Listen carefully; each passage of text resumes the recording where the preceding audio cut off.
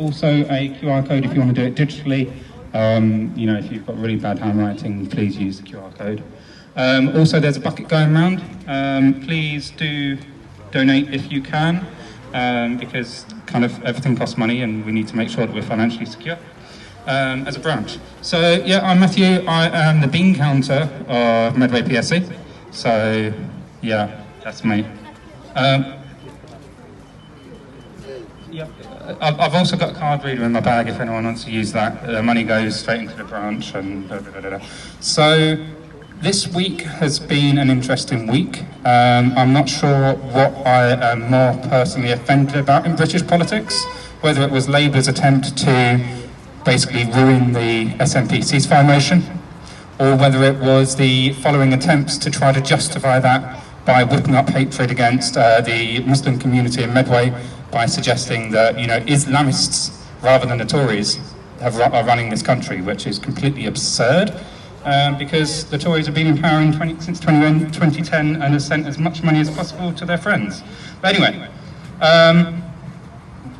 protesting like this is really important.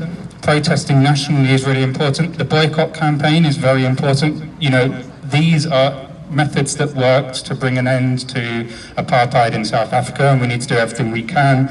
And the resistance to Israeli genocide, Israeli apartheid, Israeli war crimes, Israeli everything that you can think of, you know, has multiple elements of it.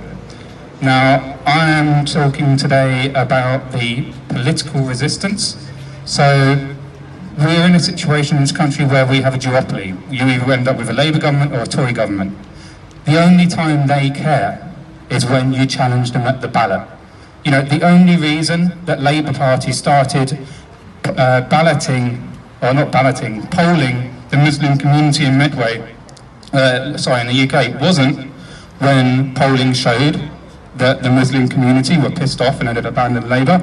No, they started doing that when George Galloway started challenging them in the ballot at the Rochdale by-election, and they were scared that they will lose a parliamentary seat. Now that is the language that Labour and the Tories understand. At the end of the day, you know, they can ignore the protests as they have been, or try to criminalise those protests. But where it matters at the end of the day is getting those people out of Parliament. You know, whether you support independence, whether you support parties that have been consistent in this. You know, I'm a member of the Green Party. We've been consistent from the start and before. You know, calling for BDS, calling for suspending arms sales, everything like that. Whether it's independence, whether it's the Green Party, whether it's is it Workers' Party that George, which one is it that George? No, pardon? Workers' Party. Yeah, whether it's, you know, George Galloway with the Workers' Party. The main thing that we need to do is get these people out of Parliament.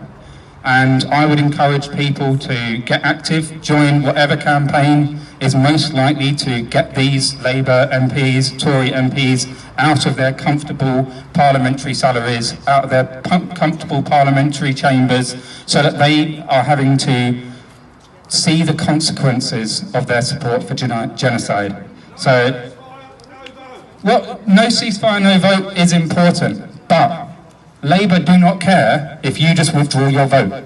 Labour only care if you vote against them and vote them out. You know, the Muslim community in Medway, if you withdraw your votes, yeah, you might end up, you know, not getting one of the Labour MPs in. But at the end of the day, they represent the same interests in Parliament. Whether you get 3 Tory MPs in Medway or 3 Labour MPs in Medway, they will still represent the same interests. So you need to, as a community, all of us, do everything we can to get these people out and get people that actually do care about humanitarian law, that do care about a rules-based order, that do care and value human life no matter the colour of their skin. You know, I'm fed up with hearing about, let's support Ukraine, let's support Ukraine. You know, Ukraine is still intact. You know, even areas on the eastern border of Ukraine and the southern border, you know, those cities are still intact. We look at Gaza, there's nothing left. You know, so yes, we should support Ukraine who are under siege, but you need to show equivalence. You need to show that you support Ukraine that are being attacked, but you need to support Gaza that are being attacked. You know, you can't pick and choose as a country which conflicts matter. And we need people in Parliament that do actually treat everyone the same. So that's my message today. You know, I'm not saying people should just join the Green Party, because the Green Party aren't always the most viable alternative. But what you do need to do is take that anger, take that sadness, take that rage, take that exhaustion that many of us are feeling, and put those energies into something that we will make a difference at the ballot. Because eventually, you know, Israel will stop their bombardment. You know, this does not stop when Israel stops. This only stops when we get rid of those people that are allowing it to happen. So that's my bit. Also, you know, the local Green Party do have a petition going around. It's somewhere. It's on a corkboard somewhere. Which is basically an opportunity to email your MPs and call for those similar demands that we've got now.